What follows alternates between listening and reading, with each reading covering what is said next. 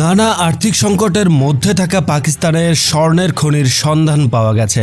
সিন্ধু নদের পাঞ্জাব অংশের অববাহিকা এলাকা এই খনিতে অন্তত ২৮ লাখ ভরি স্বর্ণ মজুদ আছে বলে ধারণা করা হচ্ছে। এই স্বর্ণ উত্তোলন করতে পারলে পাকিস্তানের অর্থনৈতিক অবকাঠামো হবে দক্ষিণ এশিয়ার সবচেয়ে উন্নত। অর্থনৈতিক চরম সংকটে ভুগতে থাকা পাকিস্তানের জন্য এই স্বর্ণের মজুদ একবারে আশীর্বাদ হয়ে ধরা দিয়েছে বলেই মনে করেন অনেকে।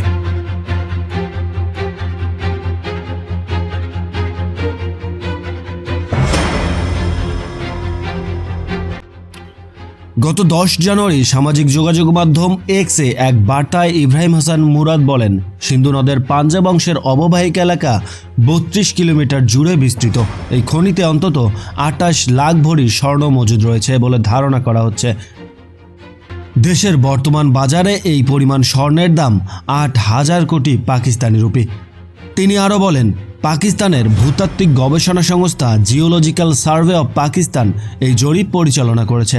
সিন্ধু নদের পাঞ্জাবের তীরবর্তী অঞ্চলের ১২৭টি জায়গায় নমুনা সংগ্রহ ও তা পরীক্ষার মাধ্যমে এই সিদ্ধান্তে এসেছে জিএসপি। এক্সে সাবেক মন্ত্রী বলেন, আগামী দিনে এই মহামূল্যবান হলুদ ধাতু উত্তোলন শুরু হলে তা পাকিস্তানের অর্থনীতিতে নতুন মাইলফলক তৈরি করবে। কর্মসংস্থান থেকে শুরু করে নানা ক্ষেত্রে নতুন মঞ্চ পাবে ভবিষ্যৎ প্রজন্ম।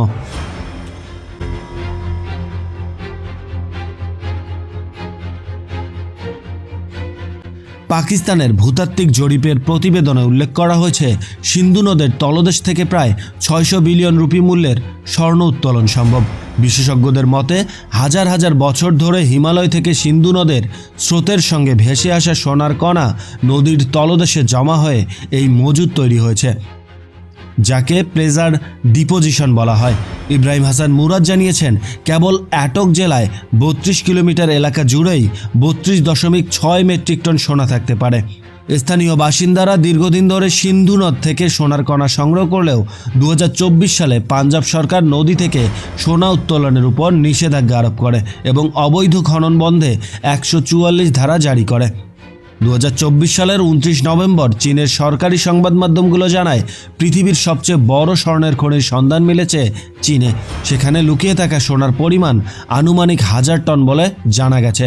চীনা সরকারি সংবাদ মাধ্যমের দাবি, খনিতে লুকিয়ে থাকা হলুদ ধাতুর আনুমানিক বাজার দর $৮,৩০০ কোটি।